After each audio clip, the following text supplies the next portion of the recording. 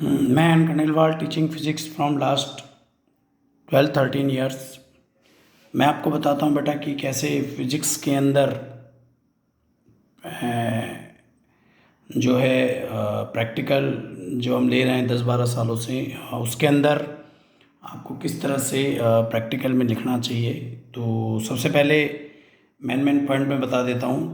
तो आपको ये सारे जो पॉइंट्स होते हैं ये बोर्ड पे लिखे हुए मिलते हैं, और इसमें एम जो है आपके कॉपी में लिखा होता है, उसमें से नोट करना होता है। और कॉपी में जनरली रैंडम कोई सी भी मिल सकती है, तो जो भी कॉपी में आपके एक्सपेरिमेंट है वो आपको लिखना होता है। रिक्वायरमेंट में आप जैसे ये फॉर्मूला यूज़ कर रहे हैं, जैसे फर्स्ट एक्सपेरिमेंट है to find the resistivity from V I graph, ठीक है, ऑफ 2 वायर। तो उसके अंदर जो रिक्वायरमेंट है उसमें R equals to V upon I Ohm's law से अपन को पता है, और rho equals to R A by L पता है, और ए पाई आर स्क्वायर होता है, ठीक है, ये अपन को पता है। तो रिक्वायरमेंट में वी अपन को चाहिए तो वोल्ट मीटर होगा ही होगा, आई एमीटर से पता चलेगा। आर के लिए रेजिस्टेंस वायर होना ही होना चाहिए, आर रेडियस अपन को निकालनी है वायर की, तो स्क्रू गेज होना चाहिए, एल के लिए स्केल होनी चाहिए, कनेक्टिंग वायर होनी चाहिए, और प्लग होना जो वन वे की होनी चाहिए ऑन ऑफ करने के लिए, बैटरी एलिमिनेटर होना चाहिए। तो ये आपके मेन जो चीज़ होती है प्रैक्टिकल में, ये फार्मूलाज होते हैं। इन फार्मूले से ही आपको आइडिया लग जाता है, फिर बाद में आप एक्सेट्रा लिख दो ताकि ग्राफ पेपर और जो भी पेंसिल वेंसिल जो रिक्वायरमेंट है वो भी उस एक्सेट्रा में क्या हो जाएगी, कवर हो जाएगी। उसके बाद आता है आपके थ्योरी आती है। थ्योरी के अंदर आपको केवल ये फार्मूलाज लिखने होते हैं जनरली, ज़्यादा आपको डिटेल में नहीं लिखना होता। जैसे मान लो ओम्स लॉ वाले प्रैक्टिकल में फार्मूला नंबर ये लिख देंगे, फार्मूला नंबर 2 रेजिस्टिविटी का ये हो गया, ठीक है। अब इसमें वेयर वी लिख देना potential difference of the wire, I reading of the current या current flowing through the circuit और रेजिस्टेंस वायर, आर आप लिख देंगे radius of area of cross section of wire, L the length of resistance wire, ये ध्यान रखना है length of resistance wire होती है, आर रेजिस्टेंस वायर का रजिस्टर होता है, और रो क्या है, स्पेसिफिक रेजिस्टेंस या रेजिस्टिविटी होती है। तो जो फार्मूला लिखना है और फार्मूले में जो भी आपको गिवन है वो लिखना होता है, ये थ्योरी के अंदर होता है। सर्किट डायग्राम जो है उस, या रे डायग्राम, अगर आपके रे ऑप्टिक्स के है तो रे डायग्राम लिखेंगे, सेमीकंडक्टर और इलेक्ट्रिक सर्किट वाले प्रैक्टिकल हैं तो सर्किट डायग्राम लिखेंगे, और ये पेंसिल से बनानी चाहिए ताकि कोई गलती हो जाए तो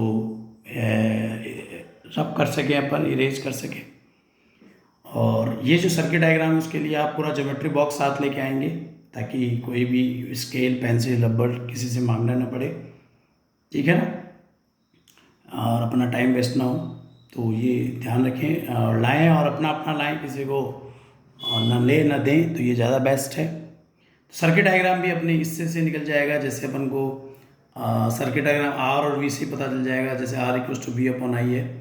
तो इसको बनाने का तरीका मैं बता देता हूँ। जैसे ये आपकी बैटरी है, इसकी जगह बैटरी एलिमिनेटर यूज़ करेंगे। अब सबसे पहले अपन क्या करेंगे, यहाँ वोल्ट मीटर लगा देंगे, एमीटर लगा देंगे, एक के बाद एक लगाते जाओ। यहाँ रियोस्टेट लगा देंगे,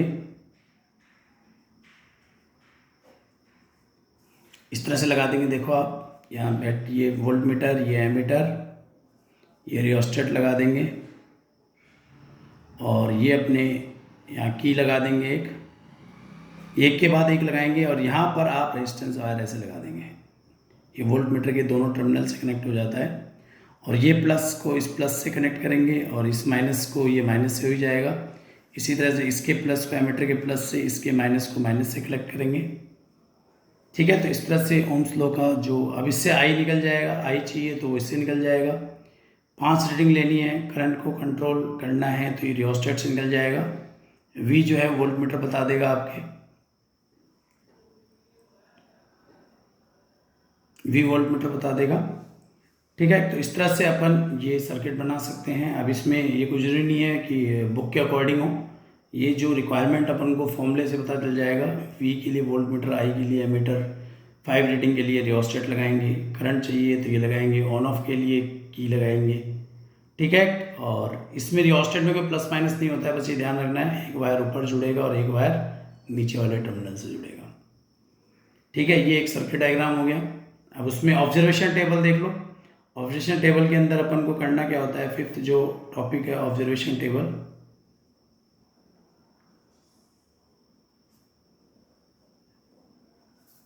ऑब्जर्वेशन टेबल में अपन को क्या करना है, इस रिक्वायरमेंट के हिसाब से ऑब्जर्वेशन टेबल चाहिए आपको। 5 रीडिंग मान लो एक्सटर्नल कहता है या इंटरनल कहता है लेने के लिए, तो सबसे पहले सीरियल नंबर लिखेंगे, फिर अपन को वी चाहिए, वी लिख देंगे, ठीक है। और स्केल से लाइन खींचना है, ये अपन को आई चाहिए, आई ले लेंगे। और लिस्ट काउंट जरूर लिख देंगे क्योंकि वी के लिए अपन least count of volt meter लिखेंगे।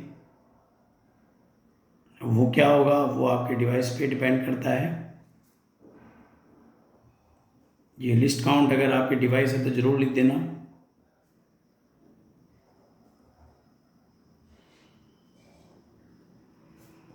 और इसमें यूनिट ज़रूर लिखना, जैसे इसमें वोल्ट पर डिवीजन होती है यूनिट, और इसके अंदर एम्पियर पर डिवीजन होती है यूनिट, तो यूनिट ज़रूर लिखना है आपको, ठीक है। और ये वी और आई हो गया। और फिर यहाँ पर आर इक्वस टू क्या हो जाएगा, वी अपॉन आई आ जाएगा। इसकी भी यूनिट लिख देना, यहाँ वोल्ट आ जाएगी, यहाँ एम्पियर आ जाएगा, ठीक है। और ये ओम में आ जाएगा। तो जनरली यूनिट भूल जाते हैं बच्चे, तो आपको यूनिट लिखना है। फिर ये मीन ऑफ आर निकल जाएगा। आप बिल्कुल स्केल्स की हेल्प से, मैंने तो स्केल यूज़ नहीं की है, आपको स्केल की हेल्प लेकर के प्रॉपर ये बनाना है, सुंदर सा बनाना है। जल्दीबाजी नहीं करनी है, आराम से काम करना है, ठीक है। फिर ये मीन ऑफ आर निकालना है। मैं आपको केवल समझा रहा हूँ, बाकी आपको लिखना है। सफिशिएंट टाइम मिलता है, सुंदर सुंदर लिखो, कोई दिक्कत नहीं है। तो 1 2 3 4 5 रीडिंग ले लेंगे, और मीन में जितनी भी रीडिंग आएगी फॉर 5 वाली, उन सबको ऐड करके 5 का डिवीजन दे देंगे। और ये काम आप कैलकुलेशन में कर सकते हैं,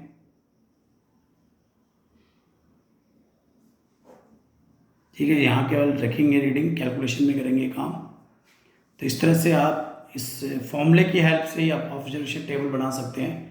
कोई ज़रूरी नहीं है बुक में जो दिए वैसे ही बनाएं, आप फॉर्मूले की हेल्प से बना सकते हैं। कैलकुलेशन में आप रेडियस निकालना है तो रेडियस स्क्रू गेज से निकालेंगे आप, ठीक है। स्क्रू गेज का भी लिस्ट काउंट आप लिख सकते हो, ठीक है। और वो जनरली लिस्ट काउंट और स्क्रू गेज जो होता है,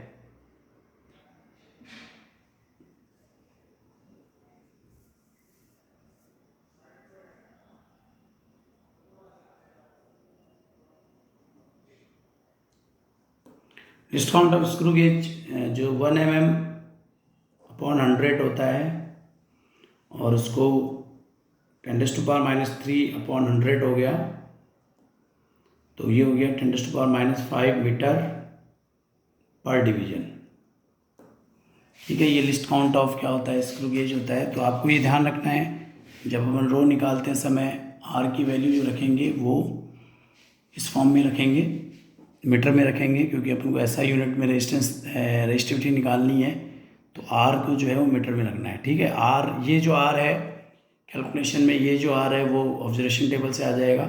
एल आप स्केल से मेजर कर लेंगे और आर स्क्रू गेज से मेजर कर लेंगे, ठीक है। तो इस तरह से आपको रो मिल जाएगा। अब आप आर चाहो तो आप आर कई जगह से निकाल के इंटरनल से आप पूछ सकते हैं कि कई जगह से आर निकाल के, 2-3 जगह से वायर की आर निकाल के उसका मीन निकाल के भी आर निकाल सकते हैं। तो उस केस में आर अपन को ऐसे लिखना पड़ेगा,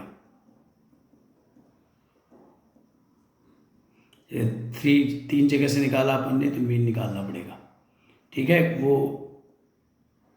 आप पूछ सकते हो इंटरनल एक्सटर्नल से कि कितनी आपको मीन आर कैसे निकालना है, तो ऐसे निकाल सकते हैं आप। और फिर उसके बाद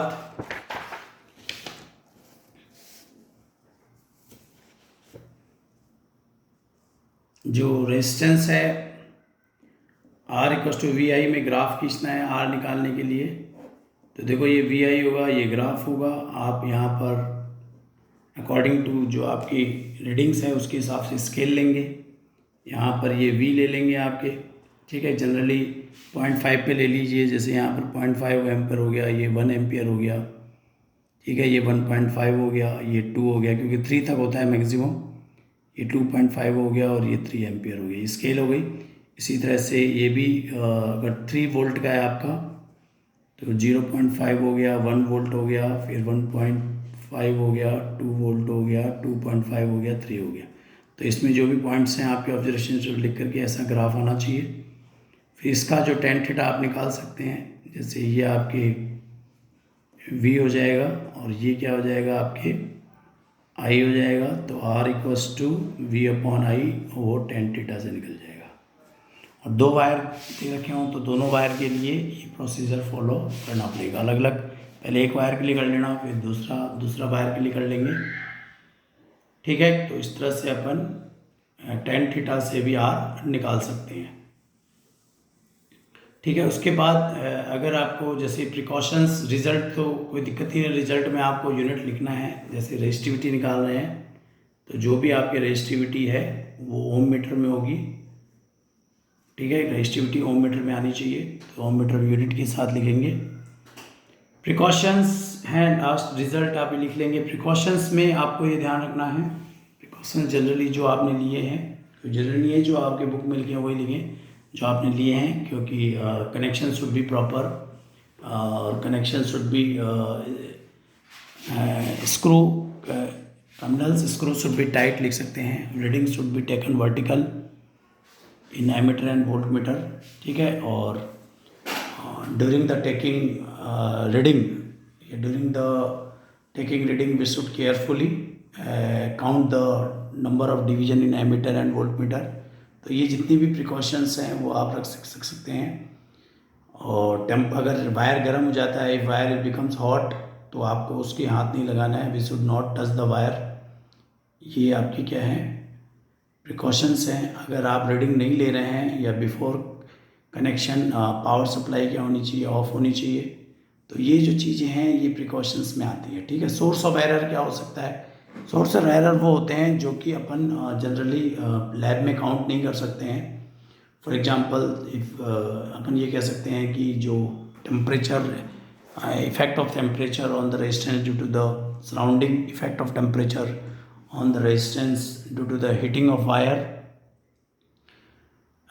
ये सोर्स ऑफ एरर हो सकता है। इसके अलावा जो irregularities in area of cross section of the wire, ये भी सोर्स ऑफ एरर हो सकता है। रेजिस्टेंस वायर की बात कर रहा हूँ।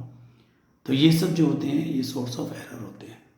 तो इस तरह से आप प्रैक्टिकल को कंडक्ट करेंगे तो आप बिल्कुल कंफर्टेबली प्रैक्टिकल कर पाएंगे और आपके जो एरर के जो चांसेस हैं वो भी बहुत कम होंगे। Thank you, have a nice day.